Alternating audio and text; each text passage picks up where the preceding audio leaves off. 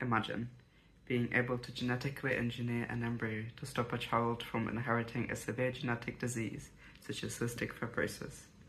The ethical question is whether preventing suffering justifies making permanent genetic changes to a future person, especially when those changes could affect future generations.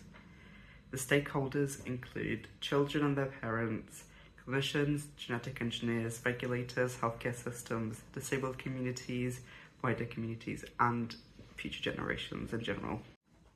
I'm a utilitarian, and I use the principle of utility. The best action is the one that produces the best overall good. If genetic engineering can safely prevent a devastating disease, it could create more happiness and less suffering overall.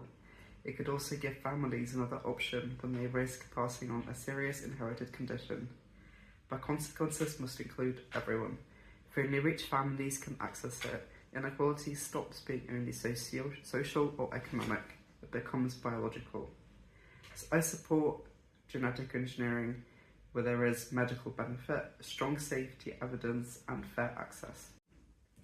I'm a duty ethicist, so I focus on deontological duty. Some moral responsibilities matter even when the outcome seems positive. People are not engineering projects. A child should not be treated as a product that can be optimized. Future children cannot give autonomous consent to being genetically edited. If edits are inherited, future generations cannot consent either. I'm also concerned about dignity. If we edit out certain conditions, we must be careful not to edit out respect for the people already living with them. So for me, the key duties are protecting autonomy, dignity, and equality. And I am a virtue ethicist. I think both sides matter. Virtue ethics looks at the golden mean, the balanced position.